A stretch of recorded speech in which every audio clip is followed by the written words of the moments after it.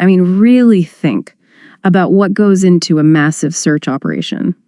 Especially, after a natural disaster when the elements themselves just keep fighting back. Today, we're doing a deep dive into exactly that.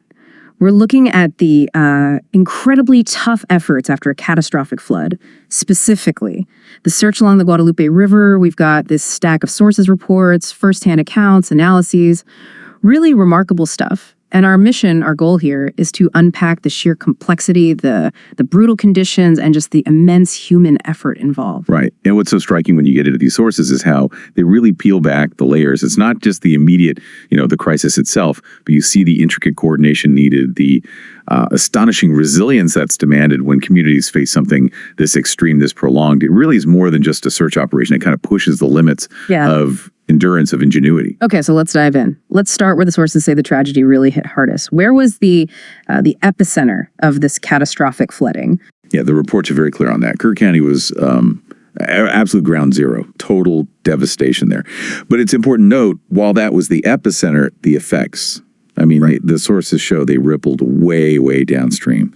The Guadalupe River became this force, something nobody had really seen before. And the human cost, when you read these accounts, it's staggering. What do the sources actually tell us about the numbers, the lives lost? It's truly devastating. In Kerr County alone, the confirmed death toll hit 107.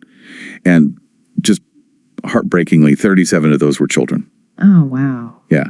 Then you look bigger picture. Across Texas, the overall toll from this one event climbed to 134. And you have to remember, these aren't just statistics. Each number, a family, a huge personal loss. Unimaginable, really. Yeah. And then you shift focus to the search teams themselves. The sources keep calling the operations massive and challenging. What were the actual conditions like? What were they battling second by second? Oh, the conditions were treacherous, doesn't even quite cover it. Imagine trying to find anything when you have literally zero visibility underwater. That's a direct quote from some reports. Zero visibility. How?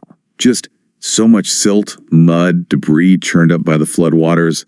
Divers apparently couldn't see their own hands in front of their faces, let alone, submerged cars, parts of homes, or tragically victims. And here's the thing. By the time these sources were compiled, operations were already well into their third week. Already, exactly. And search efforts were having to extend further and further downstream from Kerr County, covering hundreds of miles. This wasn't quick. It was long, grueling. Okay, and here's where it gets, for me, almost unbelievable. The constant fight against the weather. It's one thing to search after a flood, right? But the sources keep mentioning heavy rain forcing crews to pull back. Repeatedly. Constantly is like a cruel irony. The reports really detail this frustration. There's a specific example, July 14th. Search teams had to totally suspend work. Why? Renewed flash flood warnings. Again, while they're searching. Yes. Rainfall rates were hitting, like 1 to 2.5 inches per hour. Intense. So the river, already dangerous and chaotic, became immediately life-threatening all over again. This new flood threat wasn't just an inconvenience. It actively stopped the search, forced evacuations right when maybe they were making progress. It was this constant back and forth. Like a game of cat and mouse, but with deadly stakes. Precisely. But amidst all that chaos, all that opposition from nature itself, the human element, the collaboration sounds incredible. It wasn't just the local first responders on the ground, was it? The sources paint a picture of a much bigger effort. Oh, absolutely. The scale demanded it. It was this pretty unprecedented integration of different teams. You had the local agencies, definitely. But the Texas National Guard played a huge role, providing critical resources, manpower, and then numerous volunteer teams. People just came from all over wanting to help. And what's interesting in the sources is how quickly these different groups, with maybe different ways of communicating, different command structures, managed to gel. They adapted fast to create this cohesive effort. It really speaks to that shared sense of mission, Yeah, definitely. And they weren't just running on adrenaline and goodwill, right? They had tools, methods. What do the sources say about how they conducted the search in such a difficult environment? Right. The tactics were really diverse, kind of a mix of old school searching and newer tech.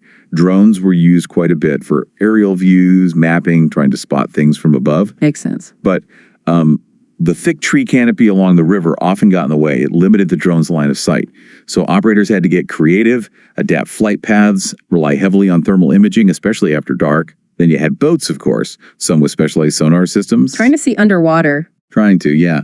But even the sonar struggled sometimes with just the sheer amount of submerged junk, the silt clouds. So they also use side-scan sonar, even things like underwater magnetometers trying to find metal objects. And naturally, you have the search dogs on the ground. Canine units were crucial. But the ground itself must have been treacherous too. Oh, incredibly. Constantly shifting mud, debris fields. Dangerous for the dogs and handlers alike. You can only imagine the physical and mental toll on the responders. The sources mention exhaustion setting in, especially for those who've been there since day one. How did the leadership handle that, the human cost? That's a really important point the sources bring out.